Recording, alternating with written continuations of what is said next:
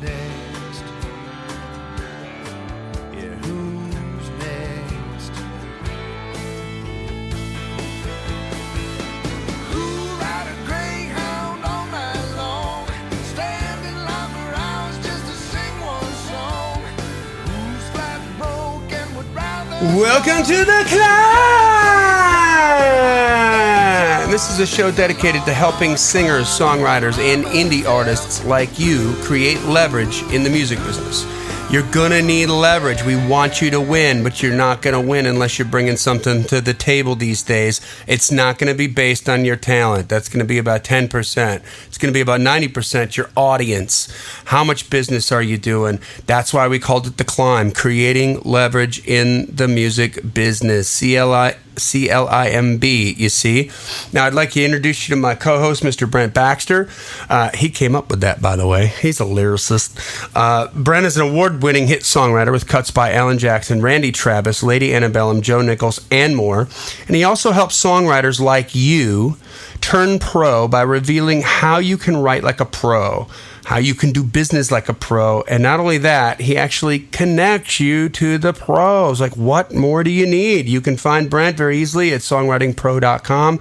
Once again, that's songwritingpro.com. And I would like to introduce you to my co-host, Johnny Dwinell. Johnny owns Daredevil Production. They help you find your sound, and they help you grow your audience so you can become the artist that everybody loves, and so you can get paid. Daredevil has worked with multi-platinum artists like Colin Ray, Tracy Lawrence, Ty Herndon, and Andy Griggs, just to name a few. You can find Johnny at daredevilproduction.com. That's production, singular, no S, and there is no S because there is no other Johnny D. That's right. They made me, and they just said, we've got to break that mold. Break it. Don't do that again. Which plays right into our show today, because the title of the show today is "You'll Die If You Get Hung Up on the How." So God wasn't thinking about the how. He's just like, man, okay, we tried it. Nuh-uh. Never done. Then he was like, why? Why? Why did I do why? That? Can we get the manure back in the horse? No? Darn it. I would have used a more colorful term, but this is a clean podcast. That's pretty awesome. Closest I've ever come to that is like getting the toothpaste back in the tube, but I like the manure back in the horse even better. That's country, dang it. That's country. It ain't country, talk about toothpaste. Y'all. So you'll die if you get hung up on the how. For instance, at this very moment that we are recording this podcast, Brent's not at his house. Where are you at? You're not at your house. You're doing it somewhere else. I'm in Louisville, Kentucky. In a hotel room working. And so, we fired it up, and the signal sucked at first. It wasn't. I'm like, this isn't going to work. We're going to have to reschedule. And he's like, hold on a second. And he made a couple twists and turns. He jagged when he should have zigged when he should have zagged. And bada boom, bada bang, we got a clean signal. Just there like that. So he wasn't hung up on the how? No, because I was clear on my why. I want to get this done. I want to get this recorded, get this out, which is not costing me any family time. So let's get it done tonight. That's right. So listen, before we get to that, we've got another 5-star review we're going to read, right? Yes, we do. Let me pull it up here. All right, this is a tasty 5-star review by Chris Bradley. It says, the title of it is Chris Bradley Review. It's like self-titled. I love that. It's autobiographical. It is. It's like the self-titled debut album. It's the self-titled debut review. I like the rhymes. By Chris Bradley. Chris Bradley Review by Chris Bradley Review. It says, you guys rock. Thanks so much for all that you do. I count 2, 1, 2 exclamation points. So thank you, Chris Bradley, for all that you do. Yes, thank you, Chris Bradley. Thank you 5 times, 1 for each star. We appreciate it. That's right. Hit me 5 times. Dun, dun, dun, dun, dun. I feel good. Okay, so listen, we want to get right down to business, but hey, leave a review. If you like this stuff, tell a friend about it, share it, leave a rating and review. It makes us look legit to other people. It'll make you feel good and will make you famous. We'll read it on the air. And join the C.L.I.M.B community. Just go to the Facebook /groups /C.L.I.M B community, or just be easier, just search for the C.L.I.M B community. And ask to join. We'll get you in. There's lots of some free-flowing ideas in there. There's a lot of stuff going on there last month or so, which is really cool. Like the activity's been ramping up. People asking questions about different tools to use and stuff like that. Other people chiming in, hey, man, I use this. I like it for this reason. I like it for that reason. And we'll bring you in. Just behave like good little boys and girls, and all will be well, right? Yeah, you won't go in Facebook prison like Johnny tends to.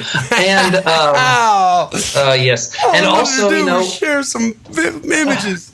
I know, and also every time a new episode drops, we share the link in the C.L.I.M.B community, so you can always find it there. But also, that's a good place to comment and say, hey, here's what I think about this episode. I think Brent was not making any sense. I think Johnny had too much caffeine. Whatever you have to say, or you can actually talk about the content of the content and ask questions. Questions. Follow up. Like, I didn't get that one part. What was that thing in the middle? Yeah, you can do that there too. Ask questions. We want you to win. So let's get into this. So you know what? This is a trait of human nature. But I just, hey, I'm in the music business, so I always see it with artists. I see it with songwriters. I get lots of emails. And too many of you are getting hung up on the how, on how exactly you're going to get your dreams accomplished. But you should only be focused on the why. At least right now. You say, why? Why? Why is that? Let's focus on the why. Because if you've listened to this podcast before, if you've read any of my articles, which I put out on a weekly basis, although I missed last week because it was crazy busy, and I'm sorry, but I don't regret it. The how is going to change early and often. So sitting down to formulate the perfect plan, tapping your fingertips together, and then assessing it and reassessing it and reassessing it. And then, if you picture horses going out the gate, right? Before your back hooves are even out the gate, the plan's going to change. And everything that you thought of isn't going to amount to a hill of beans. And that's a promise. It's a fact. It's a fact. So explain to me logically, how does it make sense to dwell on it?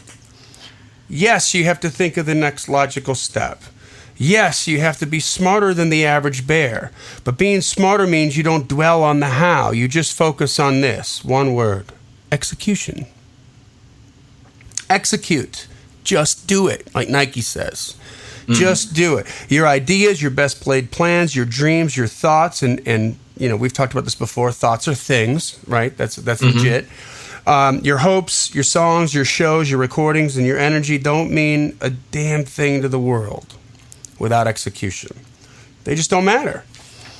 And I'm going to give you one of my painfully simple analogies here, but if you're thinking about driving to the store, while it's an imperative part of the process, the thinking about driving to the store doesn't mean squat without execution, right? Until you actually get up off your couch, grab your keys, get in the car, insert the key, turn it, and step on the gas, you aren't driving, are you? No, you're not. So thinking about going to the store doesn't bring home the milk. That's right. It doesn't bring home the bacon. That's right. That's right. So you're just thinking about driving. And, thinking about it isn't enough every day. So kind of what you're talking about is don't be, okay, I got to go to the store and get some milk. Let's go with that analogy. So I'm sitting on the couch and I'm thinking, okay, I'm going to get my keys. I'm going to go to the car. I'm going to unlock the car. I'm going to put the key in the car. I'm going to turn it on. I'm going to tune in the whatever radio station. Then I'm going to back out. And then, dang, I don't know if that first light is going to be green or red. Hold on, back up again. What if it's raining? Now, what if it's raining? Okay, then I got to get an umbrella. I got to turn on the windshield wipers. And then I got to back up, and then I got to make sure that it's not a kid in this sidewalk. What if it's really hot? It's really hot. Okay, got to get the top down. Got to put the top down. Then there may be some kid letting his dog go pooping in the yard. That I got to hit the brakes while the kid picks up the poo poo, and then I got to back away. Okay, and then mean mug the kid with the dog from my yard, and then. And then I gotta turn right at the stop sign, and then I may have to wait because there might be someone in front of me. I may have to wait for them to go, and then I might have to go, and the light might be green or it might be red, and the next one might be green or it might be red. I may have to take a detour. Oh my gosh, I'm overwhelmed. I can't go to the store. I'm gonna have thirst. I need milk. My bones. I'm gonna get osteoporosis. That's right. I think I'm gonna have a cocktail and think about this some more and drink about it. Right. you see that it's just not enough. I mean, every day, in my whole life, I've seen people who pride themselves on being quote unquote good researchers. Research. I'm a good researcher. And right off the bat, I mean, listen, good research is a good thing, don't get me wrong, but when somebody wants to tell me that they're a good researcher right off the bat, it's a red flag for me, you know? I just feel like, too many kids are coming out of college today feeling entitled to a well-paying job simply because they have an education, right? And they felt like they have all this knowledge, but they're not executing anything. They haven't executed anything, so they've got no track record. And what we don't know is if they're worth a damn. And here's a great story. So I did a lot of paid coaching with a series that I purchased from Ty Lopez. And I'm not shilling for Ty Lopez here. I'm just telling you where I got the information from. But he was discussing his experiences working on a farm for a couple of years with this billionaire guy who had this brilliant business model of he focused on bringing, I believe, organic, clean food to people, like rather than Monsanto crap and all the processed stuff.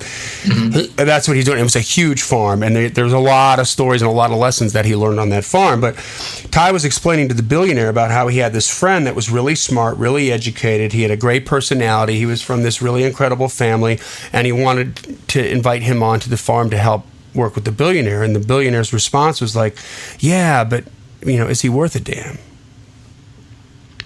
Get it? All that talent, all that knowledge, all that research, all that education, all that personality, the great family he came from doesn't amount to a pile of crap if the person isn't worth a damn. So translation, is he worth a damn? Translate to, can they execute? Can they produce? Yeah. Can they execute well? That's all that matters. That's literally all that matters. Get her done. Can they get her done? Right? Every semester I get a booth at the Belmont Internship Fair at the C.L.I.M.B Event Center here in Nashville. And that's where we get our onslaught of awesome interns that I'm blessed to be surrounded by. And when I'm interviewing the interns, I'm trying to filter out who's going to be worth a damn. Because you know what? They're interns. I'm not expecting them to come in and be experts in social media. I'm the guy that's supposed to teach them. Right? It's their job to take what I teach them and execute it. It's my job to make sure that I'm communicating clearly and that they're understanding what I'm saying. If they're not executing or if they're not understanding what I'm saying, it's on me, right? I've got to be the teacher. That's the part that's the altruistic part, my part of the altruism, right? Is like, hey, they're not working for free. They're working for information. That's right, and they're getting a credit. They're getting a credit. Right. Well, most of them are. I do have a few interns that have just done it because they want experience and because they're go-getters, and they're like, I just need to execute and get beat up a couple times, and so I can get better. And some of them are getting credit, but it's only been a couple times, not even a few, like a couple times where I just had an intern that just couldn't function, couldn't execute, and it was like, okay, you got to go. Sorry, but they always ask the question.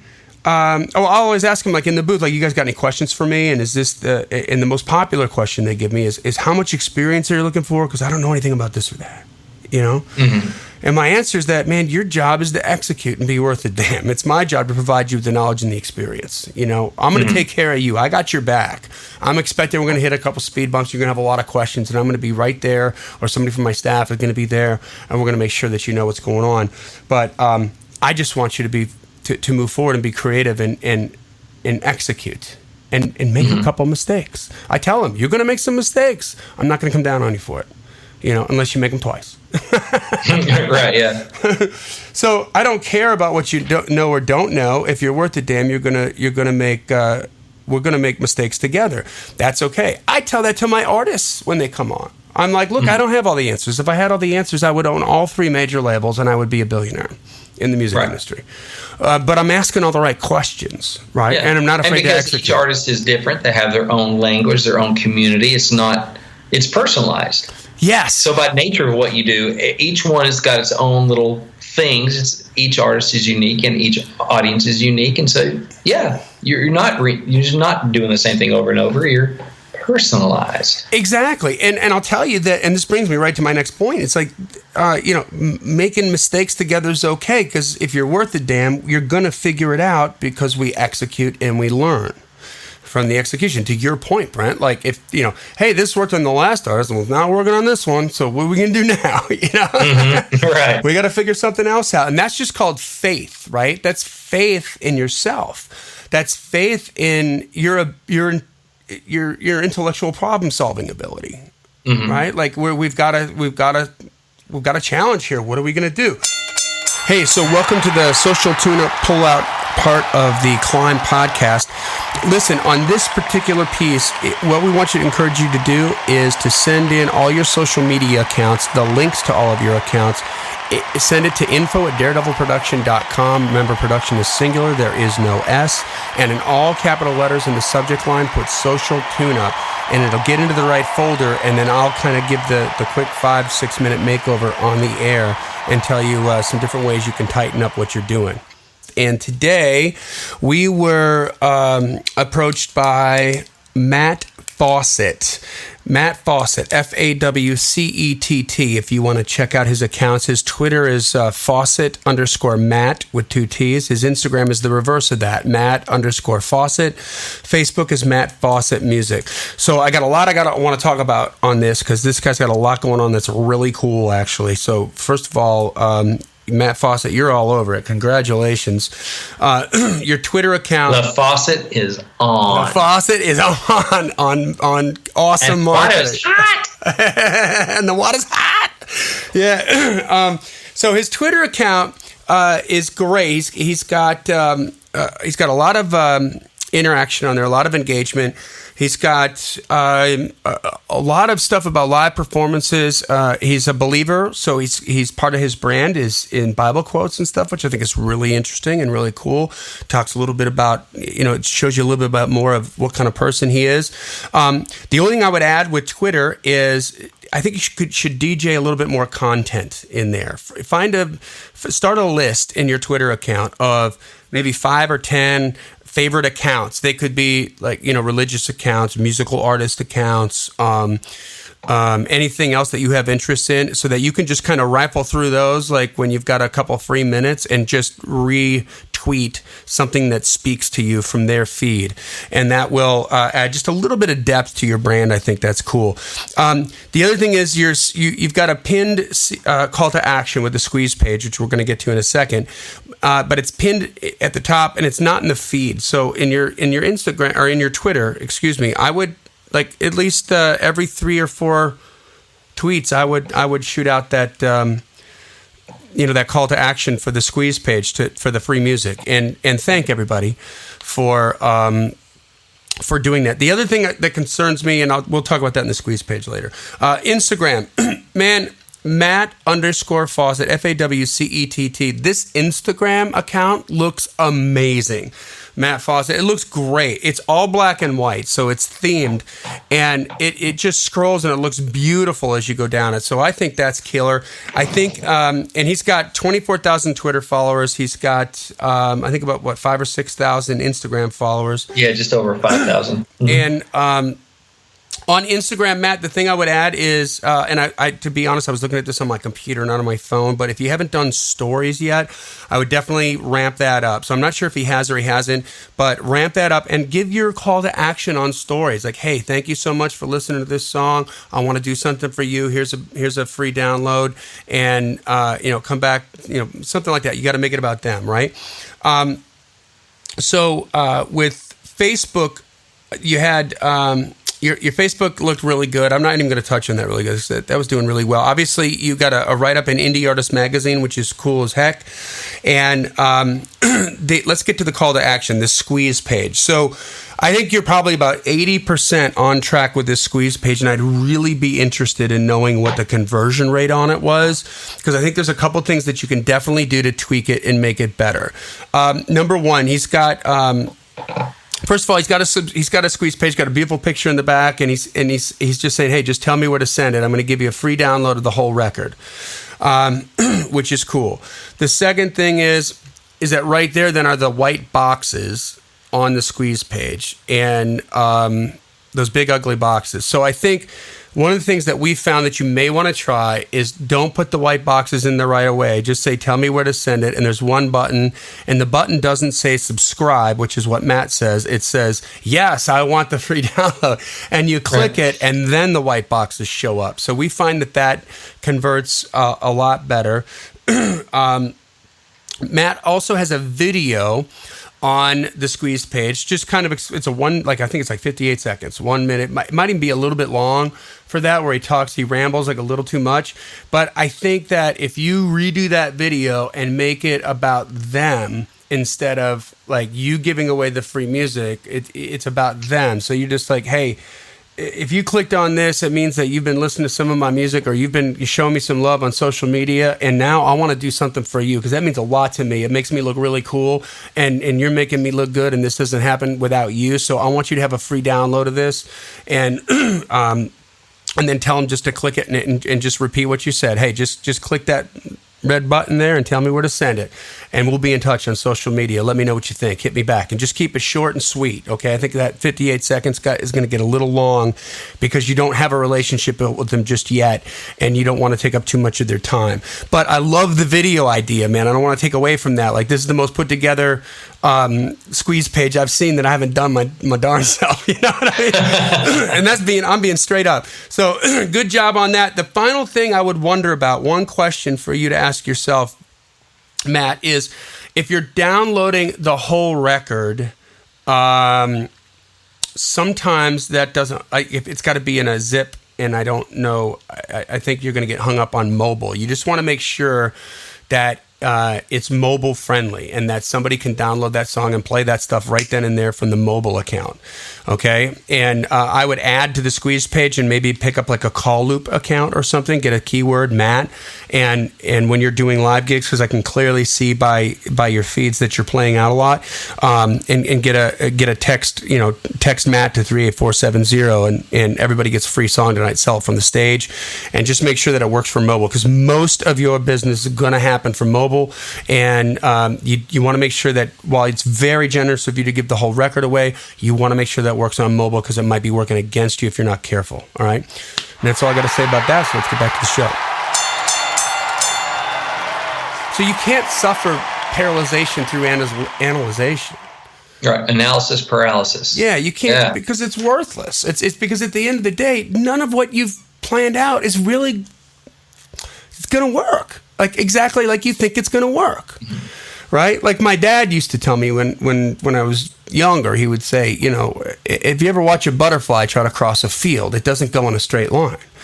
Right. It goes up, it comes back, it goes to the left, it goes to the right, it goes back even farther, it goes back even farther than that, it goes back even to the beginning of the field, and then it goes forward, and then eventually it makes its way over to the field, but it's never a straight line. That's what your life's going to be like.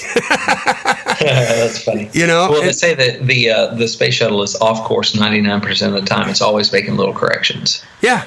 It gets where it's going. I never knew that. That's interesting. Yeah, that it's always just having to correct these just little corrections, because it's always a little off, and you always got to keep correcting. And little kitty wampus. Yeah. And another thing to say is the first casualty of war is a battle plan. Yeah. So first casualty of war. Yeah. Yeah. Yeah. And so, listen, all the knowledge in the world, from the best books, from the best mentors, from the best institutions, isn't going to manifest itself in the form of a perfect plan. Right? To your point. So there's no such thing. So you don't go to Berklee School of Music in Boston and learn how to play music. You learn about music. You may also learn about an instrument, but you can only learn how by practicing and playing with other musicians. You learn how to do it. That's how you get the muscle memory. That's how you get the feel. That's how you connect your hands with your heart, and your vocal cords with your heart, and you just are able to kind of go to this place and emote. They don't teach that in Berklee School of Music, right? They just teach you about music, and then you've got to do the application. The only way to do the application is to execute. So let's talk about lyric writing for a second. I mean, The Craft of Lyric Writing, Sheila Davis. The book changed my life forever. Yeah, it's a good book. Yeah. Read it years ago. Yeah. Yeah, and but you're not going to read that book and then write a hit song, are you? No. I mean, it did happen in that order, but not consecutively. Right, exactly. It wasn't like the next lyric I wrote was it. But you can only do that by, writing songs and figure out what works and what doesn't work. That book taught me about song structure, about lyric writing.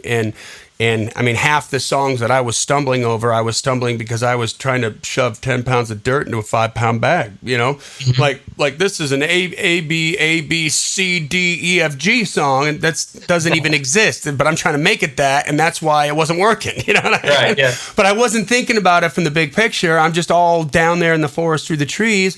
And all of a sudden, I finished I don't know how many songs, 10 songs after reading that book. And I was like, this is an AAA song, and I'm trying to make it an ABA song. But it was always this kind of a song, and I didn't know that. It was staring me right in the face, and I didn't know. So the book helped me get the knowledge, but the constant songwriting taught me how to do it, right? Exactly, And so, knowledge is supposed to help you think and problem solve, and application of that knowledge helps you gain experience, and experience helps you waste less time and execute better. Experience is the only thing that's going to give you the how. Right? And and this is, if you think about this, multi-level marketing companies. There's always the promise of, $2,000 a month in passive income. What would that do for you? And they're telling you about the why. And the why makes a lot of sense, and that's what they're selling. And then you get to the how, but you're not going to read that book or go through that information and not be able to create. You're not going to create $2,000 of passive income doing real estate or selling Rodan and Fields or selling Amway or, doing prepaid legal or whatever those companies are. You're not going to do that unless you execute. You have to go out and actually do something and put some time into it to get something out of it. So, the knowledge is idle energy until you put some force behind it, right? Some energy behind it. So this is stuff for the music career. I'm thinking about going on tour. I'm thinking about doing a record. I'm thinking about getting into this marketing stuff, but I just don't know how all it's going to work. And I have analysis paralysis, and I'm not doing anything yet. But man, I'm listening to this podcast every other episode, every Johnny episode. Yeah. And I'm following Gary V, and I'm doing all this stuff. But I haven't for songwriters too. Anything out. For songwriters too. I mean, how many of them are just I've just got to write the perfect song before I cut that first demo. Well, if you don't have one solid demo, then you really kind of don't have a calling card that you can present to another songwriter in whatever town that you're in to say, hey, check it out, I'm serious. Right. This is the best song I've written to date, and this tells you how much I care about what I'm doing right here. And that's going to be handing somebody a song demo without any kind of a disclaimer, right? Just boom, check it out. Yeah. There it is. That's what I got going on. Do you like that? Yeah. Okay. Cause it's a clear picture, right? Right. It's a clear picture, and you're not, cause the disclaimers come in and it starts to go sideways. So I think artists get hung up on that. I know that, they get hung up on, there's 1,000 things they got to do before they really begin social media. Right. And you can read all you want about social media, but again, that's going to give you the why. And it's going to tell you about social media, but you're not going to get good at social media until you do it. You're not going to get good at marketing until you execute and try it. And let me save you the suspense. You're going to screw it up. You're going to make some mistakes. Who cares? I don't care. You get better. I have someone close to me that started a blog, fairly recently, and she was, trying to get all the design of the site just so, and the pictures just so, and get the right logo and all this stuff. I'm just trying to, and just slaving, for hours over these blog posts. She's like, how long do you spend writing a blog post? I'm like, 20, 30 minutes maybe, tops. Yeah. Because I kind of know the subject matter, so I'm just, here you go. Yeah. And she's like, really? I'm like, yeah, because I got to ship, I got to ship it. I got to get it because I got a lot of stuff going on and I got the next thing to go to. And I know it's not going to be perfect. I could grind and polish it. And my blogs could be better. But, what's the, minimum effective dose, like medicine? What's minimum viable product, minimal effective dose that's going to help my community? And then it frees me up to go move on to something else that's going to help the community. And it's like, I don't have hours to spend on one blog post. I'm going to get it done. And while you're working on your perfect website and your perfect stuff, I'm hundreds of blog posts in. And I was telling her the other day, it's like, I changed my whole logo, the brand, everything. I went from Man vs. Road to Songwriting Pro. I didn't know that starting off. I didn't know I was going to go from a WordPress hosted website to a self-hosted website. That would have freaked me out. It still freaked me out when I made the change. I didn't know how to do all that techie stuff. I didn't know how to do a podcast. Still don't. That's why I have you. Thank you. And, and all this stuff that happened, I was like, my why was because I want to help songwriters. I want this and that and the other. And how is it going to happen? Well, I know this one little step I'm going to do. I can start tweeting. I can start blogging. I can, start with a minimum viable product, and then I'm going to iterate as I go, and it gets better and better, and it grows, right? Yeah. I didn't have squeeze pages, all that stuff. I didn't know anything about all that. But also, I think on a good example, it's like you already do this, right? Climber, you already start with why, and you figure out the how as you go. Yeah. Every time you write a song. Like when I co-write, I'm not like, okay, I got to make sure I know exactly how the song's going to go before I sit down to write with this person. That's the ultimate. That's the ultimate in faith, right there. When you walk in, when you have faith, you're going to leave with something. Exactly. Like, what do you want to do? I want to write a hit. I want to write something that feels good, or I want to write something to this groove. You got your why because you want to create a song. How? I don't know. It's going to be different every time. Let's make it up as we go. Yep. We do that. It doesn't stop us. But I got to get the whole thing in my head before I share with you what I think it is. No, we don't write the song before we go write the song. We just got to write the song. And we rewrite. And that's a perfect point. We already do this. So momentum is key. Momentum is key. Like that's the any kind of momentum will trump the best plans, because momentum is the and execution is the recipe for refinement. Right? You find out where the bodies are buried, and then you figure out how to do it better the next time. But it's always going to trump the best plans. It doesn't matter, So you'll figure it out. I just want to, I want to instill in you. You're smart. You're going to figure it out, but you're not going to figure it out unless you actually do it, unless you're actually moving. So focus on the pursuit of excellence rather than perfection, because perfection is unattainable. It's never going to be perfect. So just try to make it as good as you can right now, and then put it out. And as you said, ship it. Ship it out, put it out to the world, and the good news is, at the beginning, when you're the worst, is when you have the smallest audience, so no one's going to know anyway. That's right. Like my friends starting the blog post. It's like, well, if your first one stink, that's fine because no one's reading it yet. Just get in the habit, get in the discipline of doing it, and as it grows, you can go back and you can delete those if you want to. But you'll be getting better as you gain more people. Yeah, and not for nothing. Like I've been doing this for almost 5 years now on the blogging, and I go back to some of my first ones, and I read them, and it's just like atrocious. Like I'm like, what was I thinking? It was terrible. But that muscle got stronger. If you aren't embarrassed by your first several songs, or you aren't embarrassed by your first several blog posts, you started too late. Yeah. Right. Yeah. Yeah. If you don't look back and you're embarrassed by your first stuff, you waited too late to start. You should have already started. That's right.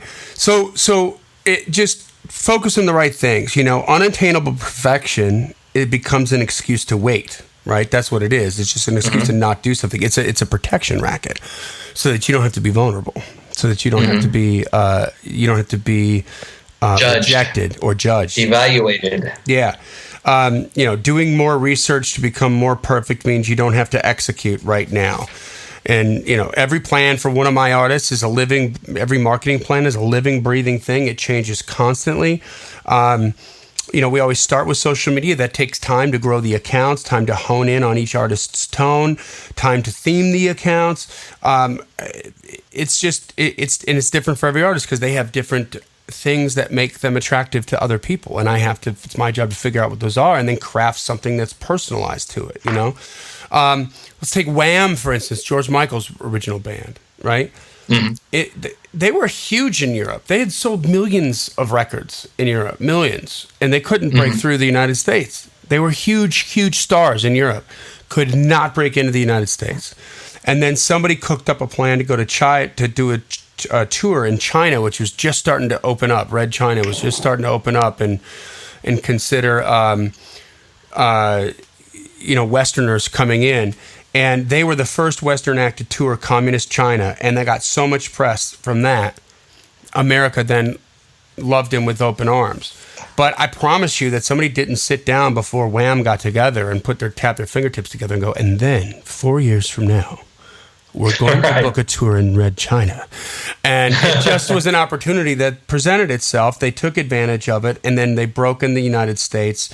They blew up. I think they went on to sell something like, literally 25 million units, right? Mm-hmm. Just as Wham. Yeah. And then George Michael, went farther than that. So it wasn't part of the initial plan. And I get emails from artists with, regular aspiring artists with amazing plans, but all these plans all entail waiting in some form or another, and so what's happening is you're not getting your music out there.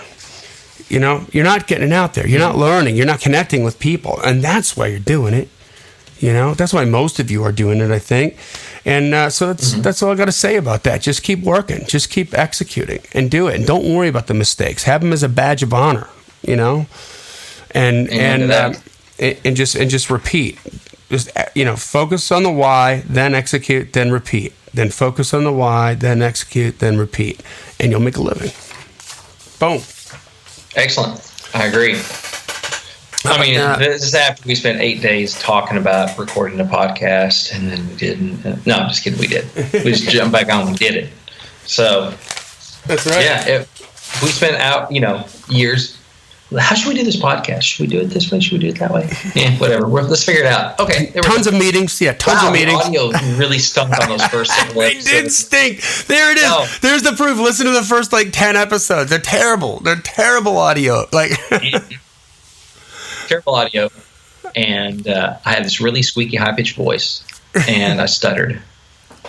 Yeah. No, maybe not those last two. But, we got better. We said, okay, let's try this other thing. And we found this other tech that records better. We got microphones. We did all this stuff, and it's the professionally produced podcast that you're hearing right now. That's right. So anyway, that's brings us to the end of another killer podcast for the C.L.I.M.B. And if you are looking for some how or for some why, and maybe a little help with the how, and you're stuck. Listen, at the end of the day, what you want to be is the artist that everybody loves. That's what you're aspiring to be. You want to get out there. You want to put some art out. You want to be recognized for it, have people love you for it, and then get paid for it and move forward. Well, this is what we do at Daredevil. This is how we help people. We help you become the artist that everybody loves. And you can reach out to us at info@daredevilproduction.com, and we're available for consulting with you. So as we were talking about before, every artist is different. So when you reach out, we'll take a look at all your social media, your web store, if you have one. If you don't, shame on you. You should get one. We'll take a look at your marketing plan and everything that's going on, and give you a customized plan that will help you get in front of new targeted eyeballs and expand your audience and help you become the artist that everybody loves. That's what we want to do. So listen, with that, guys, leave a rating and review if you like this. Please share it. It'll make you cool. Leave a rating and review. We'll make you famous. And join the C.L.I.M.B community on Facebook. Just research the C.L.I.M B community and keep on climbing. And we'll see you at the top.